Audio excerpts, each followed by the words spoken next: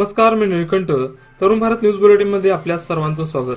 आता पाहूया ठळक घडामोडी. कर्नाटक राज्यातील वाढत्या कोरोनाच्या रुग्णसंख्येचा विचार करता राज्यात मंगळवार दिनांक 28 डिसेंबर पासून पुढील 10 दिवस रात्री 10 ते पहाटे 5 वाजेपर्यंत नाईट कर्फ्यू लागू करण्याचा निर्णय घेण्यात आला आहे. त्यानंतर राज्यातील परिस्थितीचा विचार करून पुढचा निर्णय घेणार असल्याचं राज्य सरकारतर्फे स्पष्ट करण्यात आलं आहे. हलगामच्छे बायपास प्रकरणी जोपर्यंत निकाल लागत नाही तोपर्यंत या रस्त्यामध्ये पाय ठेवायचा नाही असा आदेश न्यायालयाने दिल्यामुळे शेतकऱ्यांना मोठा दिलासा मिळाला आहे. पण ज्या अधिकाऱ्यांनी चुकीचा सर्वे केला त्यामुळे शेतकऱ्यांना जो नाहक त्रास झाला त्याला जबाबदार कोण असा प्रश्न आता उपस्थित होत आहे. हजारो प्रवाशांनी गजबजणाऱ्या मध्यवर्ती बस स्थानकातील अंतर्गत रस्त्यांची दयनीय अवस्था झाली आहे. केवळ माती उरली असल्याने धुळीचे लोट रस्त्यावरून चालताना उडत आहेत. त्यामुळे प्रवाशांना त्रास सहन करावा लागत आहे. पावसाळ्यात डबकी साचून रस्त्याची दुर्दशा झाली होती. मात्र याकडे दुर्लक्ष झाल्याने प्रवाशांना बस स्थानकात थांबणे देखील कठीण झाले आहे.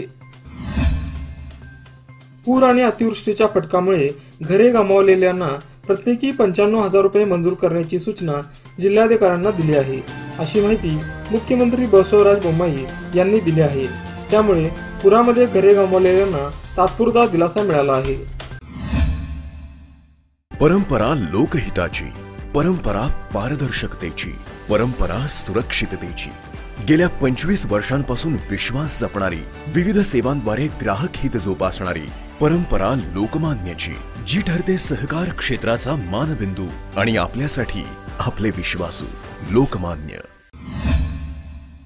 शिक्षकांनी पुढाकार घेतला तर शाळेचा विकास होऊ शकतो, हे गुडपी तालुका खानापूर येथील सरकारी मराठी शाळेच्या शिक्षकांनी दाखवून दिले आहे. देणगीदाराच्या मदतीतून शाळेचे डिजिटलायझेशन करण्यात आले असून शाळेसमोर बाल उद्यानाची निर्मिती करण्यात आली आहे. त्यामुळे ही शाळा अनेकांसाठी आदर्श ठरू लागली आहे. सीमा भागात निर्माण झालेल्या वातावरणामुळे तालुक्यातील वस्तीची बस सेवा बंद करण्यात आली आहे. याचा फटका ग्रामीण भागातील प्रवासी आणि विद्यार्थी यांना बसत आहे.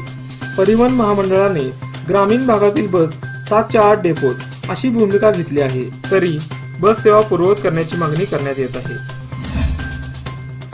Roller skating federation of India आयोजित 59व्या राष्ट्रीय रोलर स्केटिंग चॅम्पियनशिप 2021 स्पर्धेत बेळगाव मधील स्केटिंगपटूंनी 1 सुवर्ण, 1 रौप्य आणि 4 कांस्य पदके मिळवली आहेत.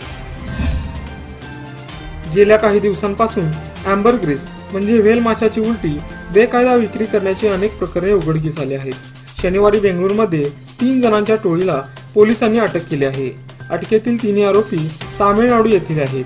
त्यांच्याकडून 4 किलो 100 ग्रॅम इतके अँबरग्रिस जप्त करण्यात आले आहे. याचबरोबर आजचे बातमीपत्र इथं संपले.